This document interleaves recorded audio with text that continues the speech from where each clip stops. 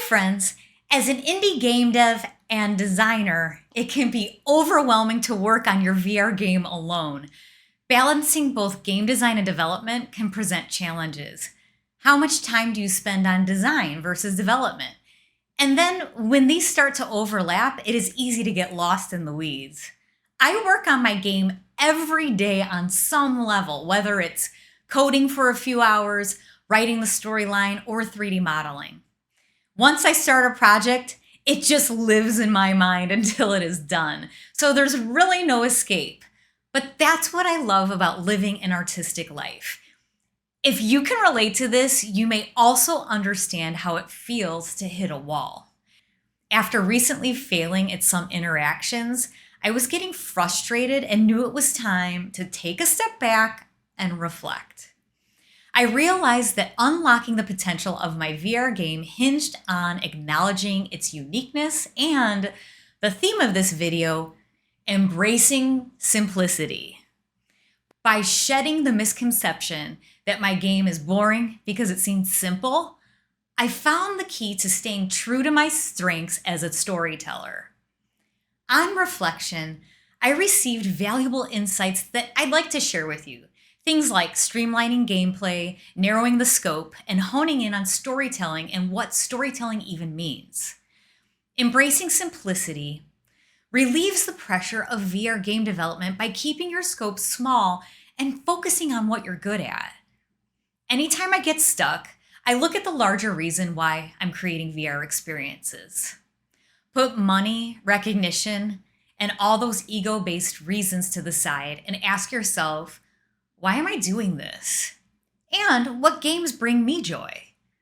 Many games that I enjoy are slow in nature, like Stillness of the Wind or Kentucky Route Zero.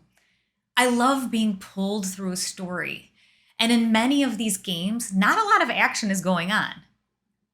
Where I got off track is forgetting this and what I'm good at, and I started getting fancy with interactions in an attempt to be super cool and innovative with the latest tech. It's not a bad idea to be current with tech, but my insecure shadow self was taking over until I paused and went, all these mechanics could confuse the player. They'd have to learn a lot in order to play the game, and the main purpose is to calmly guide them through a story. Even if your game isn't narrative-based, if your player has to learn a lot about how to play it, they might get frustrated. Not going to mention names, but there is a VR game that I was excited to play. There was a 30-minute trial, most of which was spent learning what to do. And I just wanted to get going with the gameplay. I got a good idea about the main mechanics, but not if I actually liked playing the game. Regardless of your game's focus, it still might be best to keep things simple. The games I mentioned earlier are non-VR and usually point and click, choosing a text selection. Think of this like A or B, with the possible minigame interlude. Yet here I was trying everything from the Oculus Voice SDK to hand gesturing, but it was too much. And like I said, many of my tests failed and I was starting to get discouraged. That's when I took that step back and asked, what am I good at? What do I already know how to do in VR? How can I simplify this? Remembering that I'm making a narrative game, I realized that it didn't need to be fancy. I just need to tell the story the most effective way and keep the player happily moving through without making it unnecessarily complex. I broke down the gameplay to a mini game and simple physics interactions and really focused on the flow of the storyline. I also thought about establishing a fairy guide character. Activate and deactivate items to tell the story would be key, simulating the point-and-click nature of interactive fiction.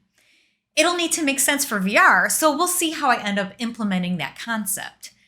Narrowing the scope stops this from trying to be multiple large games in one. Honestly, it could still have too much going on, but that is why we test and build to our headsets early. And finally, I took myself out of Unity and just got the story down. Now my goal for MVP version 1 is to get the story map into a full walkthrough in VR. Then I can go back in to tweak the interactions, flow, feel, and elevate the look and sound. There is a beauty in simplicity and elegance in also what's left out of a design. This doesn't mean things are surface level, but rather provides space for deeper themes and meaning because it isn't cluttered with too many ideas and things to process. My purpose is to give an experience to the player that's like escaping into a film or theater production. And if they are struggling just to get through, or if they are overstimulated with too much to process, I will have failed. In an upcoming video, I'm going to show you how I completed the narrative and the tool that I used to do so. What are your favorite narrative games? And are you planning to make one? Let me know in the comments below. Keep going, and thanks for watching.